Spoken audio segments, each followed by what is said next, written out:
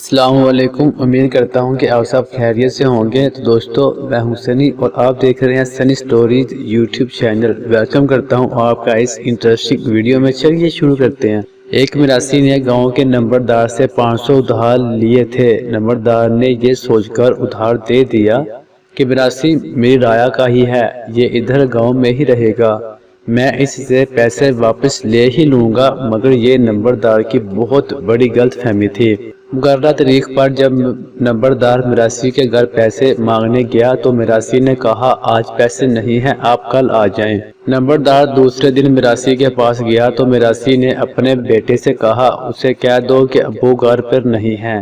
مراسی کے بیٹے نے نمبردار سے کہا کہ ابو کہہ رہے ہیں کہ میں گھر پر نہیں ہوں۔ مراسی کے بیٹے کی بے وقوفی سے نمبردار سمجھ گیا کہ مراسی گھر میں چھپا ہوا ہے۔ نمبردار اس کے گھر گیا اور کہا کہ اپنا وعدہ پورا کرو۔ مراسی نے پھر کوئی بہانہ کر لیا۔ یوں دن ہفتوں میں، ہفتے مہینوں میں اور مہینے سالوں میں گزر گئے، حتیٰ کہ 10 سال کا عرصہ گزر گیا مگر مراسی نے پیسے واپس نہیں کیے۔ ایک دن نمبردار کو دل کا دورہ پڑا تو اس نے اپنے بڑے بیٹے کو پہلی نصیحت ہی یہی کی کہ مراسی سے پیسے ضرور وصول کر لینا۔ بیٹے نے اپنے باپ سے عہد کیا کہ میں مراسی سے پیسے ضرور وصول کر لوں گا۔ نمبردار کا انتقال ہو گیا اور نمبردار کا بڑا بیٹا شہر کا نیا نمبردار مقرر ہو گیا۔ وہ بھی روز مراسی کے دروازے پر جاتا مگر مراسی کو پہلے ہی پتہ چل جاتا تھا اور وہ کہیں چھپ جاتا تھا۔ اس دنیا میں ہر کسی نے ایک نہ ایک کے جانا ہے۔ مراسی کا بھی انتقال ہو گیا۔ مراسی کا جب جنازہ پڑھا جا رہا تھا تو مراسی کا بڑا بیٹا اپنی جگہ سے کھڑا ہو گیا اور کہنے لگا کہ میرے والد کے ذمہ جس کا بھی کوئی قرض ہے تو وہ مجھے بتا دے۔ نمبردار کا بیٹا فوراً کھڑا ہو گیا اور مراسی کے بیٹے سے کہا کہ آپ کے والد نے میرے والد سے 500 کا ادھار لیا تھا، مہربانی کر کے وہ واپس کر دیجئے تاکہ آپ کے والد کی روح کو سکون مل سکے۔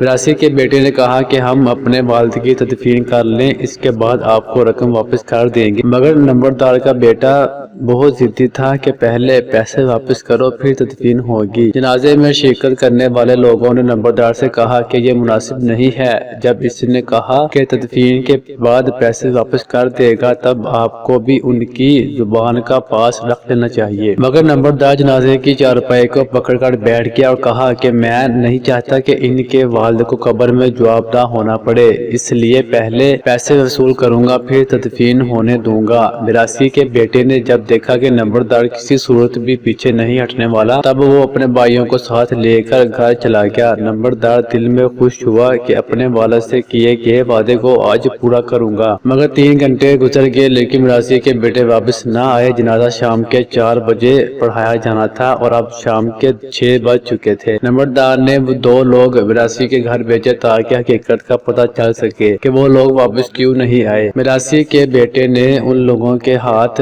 نمبردار کو پیغام بھیجا کہ اس نے ہماری عزت کے ساتھ کھلواڑ کیا ہے، اب میرے والد سے ہی پیسے وصول کر لو اور جب ہمارے مرحوم باپ سے پیسے وصول کر لینا تب اسے دفنا دینا۔ نمبردار دل میں سوچنے لگا کہ اس کے باپ نے اسے کہاں پھنسا دیا، ان مراسیوں سے پیسوں کا مطالبہ ہی نہیں کرنا چاہیے تھا۔ جنازے میں شرکت کے لیے آنے والے لوگ آہستہ آہستہ واپس اپنے گھروں کو جانے لگے اور اب جنازے میں صرف نمبردار اور اس کے 2 بھائی ہی بچے تھے۔ آدھی رات کا وقت ہو چکا تھا تو نمبردار کے بھائی نے مشورہ دیا کہ اب تدفین کر لینی چاہیے کیونکہ مراسی اب واپس نہیں آنے والے۔ مگر نمبردار نے کہا کہ لوگ کیا کہیں گے کہ مراسیوں کی تدفین نمبردار نے کی۔ مجبور ہو کر ان کو مراسیوں سے صلح کرنی پڑی۔ مراسیوں نے اس شرط پر اپنے باپ کو دفنانے کی ذمہ داری قبول کی کہ کفن دفن کا سارا خرچہ نمبردار ہی اٹھائے گا اور 40ویں تک کے جتنے اخراجات ہوں گے سب نمبردار کے ہی ذمہ ہیں۔ نمبردار نے مجبور ہو کر یہ بات مان لی اور 10,000 مراسیوں کو ایڈوانس میں دے دیا اور 40ویں تک کے سب اخراجات ملا کر نمبردار کو 50,000 کا خرچہ اٹھانا پڑا۔ دوستو یہ تھی آج کی ویڈیو۔ آپ کا اس ویڈیو کے بارے میں کیا کہنا ہے کمنٹ سیکشن میں ضرور بتائیے گا۔